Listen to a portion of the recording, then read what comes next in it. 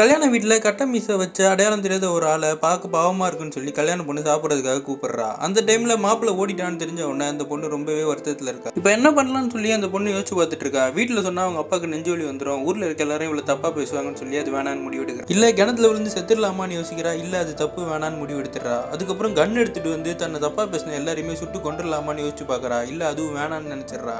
நடுராத்திரி ஆயிடுச்சு, எல்லாருமே தூங்கிடுறாங்க. வெளியே வந்து பாக்குறா, கட்ட மீச ஆளு இன்னும் பந்தியில தான் உட்காந்துருக்காரு. இவளும் அவருக்கு சாப்பாடு போடுறா. அவர் சாப்பிட்டுக்கிட்டே இருக்காரு. எனக்கு மட்டும் எப்படிலாம் நடக்குதுன்னு இவ கஷ்டத்தை சொல்றா. அவர் எதுவுமே பதில் சொல்லாம சாப்பிட்டு முடிச்சா அங்கிருந்து எந்திச்சு போயிடுறாரு.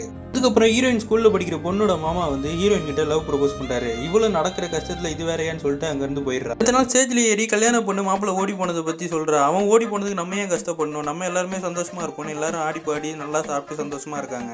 தெரிய வருது நைட்டு லவ் ப்ரொபோஸ் பண்ண சாமி கிட்ட இந்த கல்யாணம் நிக்கணும்னு வேண்டியிருப்பான். கூடவே பாத்தீங்கன்னா அந்த ஓடி போன மாப்பிள்ளையோட லவ்வரும் வேண்டியிருப்பா. ரெண்டு பேரும் வேண்டினது ஒரு கட்ட மீச வச்ச சாமி கிட்ட.